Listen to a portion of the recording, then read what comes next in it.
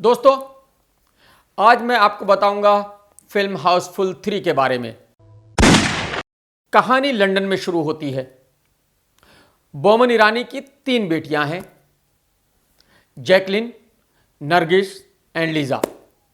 और बोमन साहब चाहते हैं कि उनकी बेटियां कभी भी शादी ना करें। वो चंकी पांडे को पंडित बना के लाते हैं और उनसे कहलवाते हैं कि देखिए, अगर आप लोगों ने कोई भी बॉयफ्रेंड बनाया तो उसकी वजह से बोमन को क्या क्या हो सकता है। यानी अगर एक लड़के ने उनकी तरफ कदम बढ़ाया तो बोमन को हार्ट अटैक आएगा और मर जाएगा।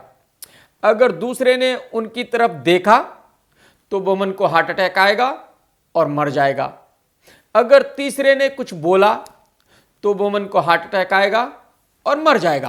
तो यहां पे लड़कियां अपने तीनों बॉयफ्रेंड्स का इंट्रोडक्शन देती है, यानी अभिषेक, अक्षय और रितेश का। यह इंट्रोडक्शन बहुत लंबा है और बहुत बोरिंग है। उसके बाद फिर तीनों लड़के आते हैं और वो अपना इंट्रोडक्शन देते हैं। उसके बाद तीनों लड़के उसी हिसाब से अपाहिज, अंधा और गूंगा बन के आते हैं और फिर वो अपना इंट्रोडक्शन देते हैं। ये इंट्रोडक्शन भी बहुत लंबा है, यहां भी पब्लिक बहुत बोर होगी। तो यानी पहले 25-30 मिनट इसी सिलसिले में निकल जाते हैं जो बहुत बोरिंग है और यहां तक आपको लगेगा कि यार ये फिल्म बहुत ही वाहियात है और इस फिल्म को छोड़ के चले जाना चाहिए। बट उसके बाद फिल्म संभलना शुरू करती है और आपको हंसी आनी शुरू होती है। यहां तक आपको किसी भी सीन पे हंसी बिल्कुल नहीं आएगी। फिर आहिस्ता आहिस्ता हंसी आनी शुरू होती है क्योंकि फिल्म के गाने अच्छे हैं। तो जब गाने आते हैं फिल्म देखने में मजा आता है और होते होते इंटरवल हो जाता है।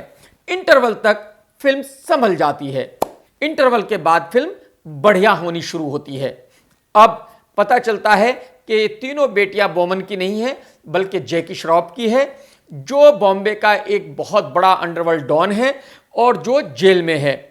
जैकी श्रॉफ जेल से निकलता है, लंदन जाता है अपनी बेटियों को मिलने के लिए और अब बोमन ईरानी के 3 रियल बेटे हैं जिनसे वो उनकी शादी कराना चाहता है क्योंकि जो करोड़ों की दौलत है उसको हड़पना चाहता है। दूसरी तरफ जैकी श्रॉफ अपनी बेटियों की शादी इन तीनों लड़कों से कराना चाहता है और इसी कंफ्यूजन में फिल्म आगे बढ़ती रहती है और बहुत बढ़िया बढ़िया पंच और बहुत बढ़िया बढ़िया सीन के साथ बढ़ती है। यानी आपको बहुत हंसी आती है और क्लाइमैक्स तक फिल्म बहुत बढ़िया हो जाती है।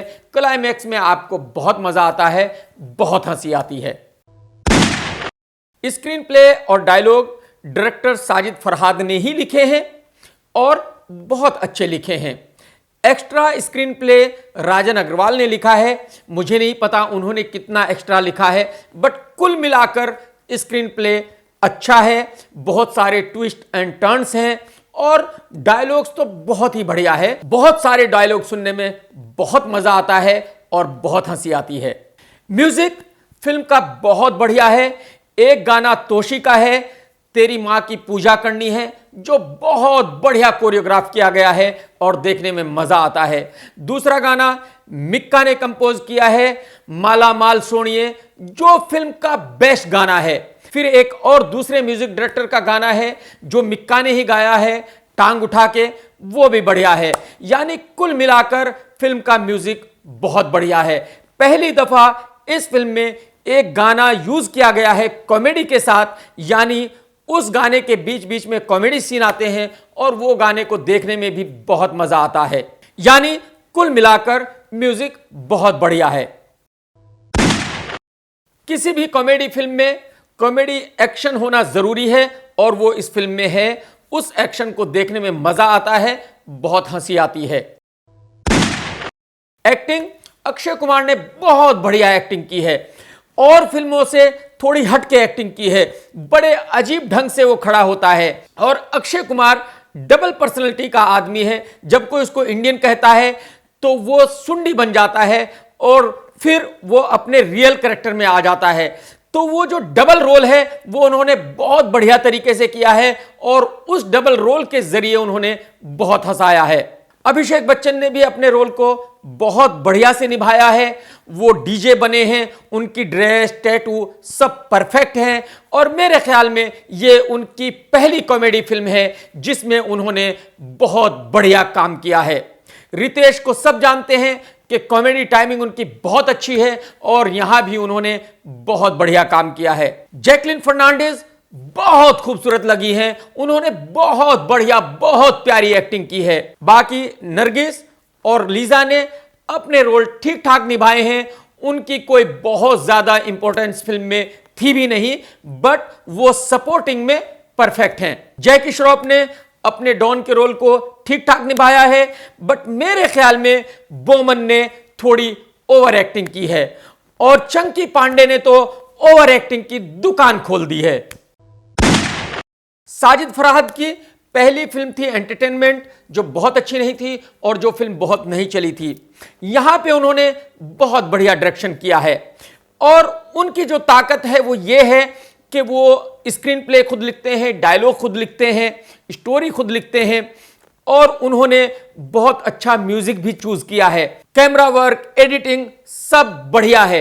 यानी ये डायरेक्टर की रिस्पॉन्सिबिलिटी होती है कि जो बाकी के डिपार्टमेंट हैं वो सब परफेक्ट हों। तो मेरे हिसाब से साजिद फरहाद का बढ़िया डायरेक्शन है। और अब मेरे ख्याल में अक्षय कुमार और साजिद नडियाडवाला अपने आप को सही मानेंगे क्योंकि उन्होंने साजिद को रिप्लेस करके साजिद फरहाद को लिया था। और अब मैं ये भी समझता हूं कि शायद हाउसफुल 4 भी पक्का बनेगी। अब मैं आपको बताऊंगा कि ये प्रोजेक्ट कैसे बना।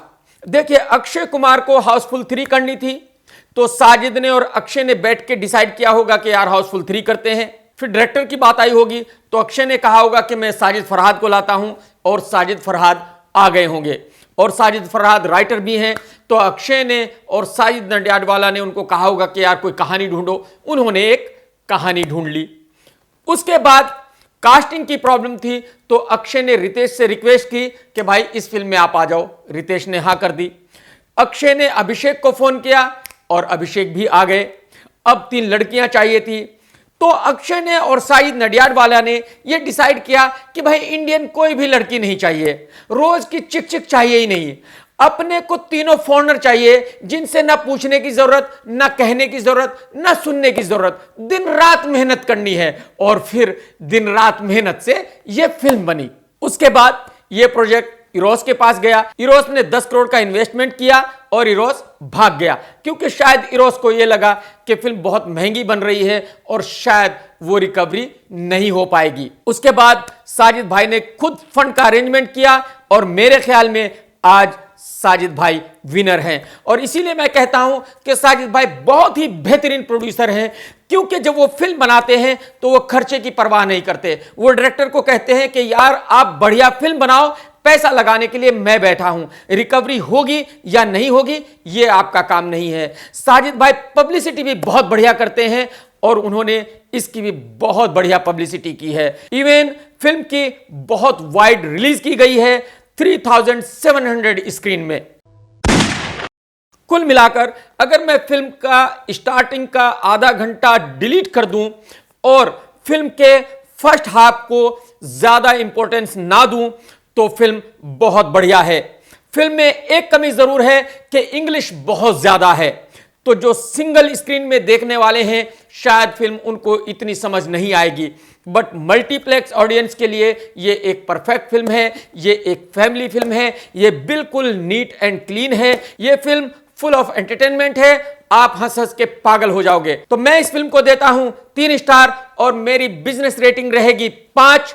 मैं समझता हूं कि ये फिल्म 110 से 125 करोड़ के बीच में बिजनेस जरूर करेगी। आप भी जाइए और फिल्म देखिए। Take care.